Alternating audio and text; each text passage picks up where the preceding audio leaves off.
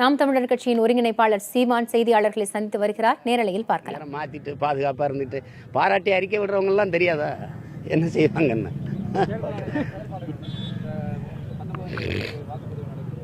செயல்பாடு அதுதான். நம்ம என்னன்னா, ஒரு ஜனநாயக நாட்டில் தேர்தல் நடக்கிறது என்பது ஒரு ஜனநாயக முறைப்படி அந்த மரபு மாறாமல் நடக்கணுங்கிறது தான். பணத்தை கொடுத்து வாக்கை பெறுவது ஒன்று, வாக்கை வாங்குவது ஒன்று. மக்களுக்கு உழைச்சி நன்மதிப்பை பெற்று வாக்கை பெறுவது ஒன்று. அது எதை பற்றியுமே கவலைப்படாமல் கடைசி 2 நாள் அதிகாலையில் காசை கொடுத்து வாக்கை பறிக்கிறது வாங்குறது ஒன்று. இதுதான் நடந்து கொண்டிருக்கு இங்கே. அந்த முறை மாறணும். தேர்தல் அமைப்பு முறையே மாறணும். அதுக்கு தேர்தல் ஆணையம் இன்னும் கடும் நடவடிக்கைகள் எடுக்கணும். நான் முதல்ல சொன்னது போல் பணம் கொடுக்கப்படும் போதும் வாங்கப்படும் போதும் கைது பண்ணி சிலர் மேலேயாவது நடவடிக்கை எடுத்தால் இது குறையிறதுக்கு வாய்ப்பு இருக்குது.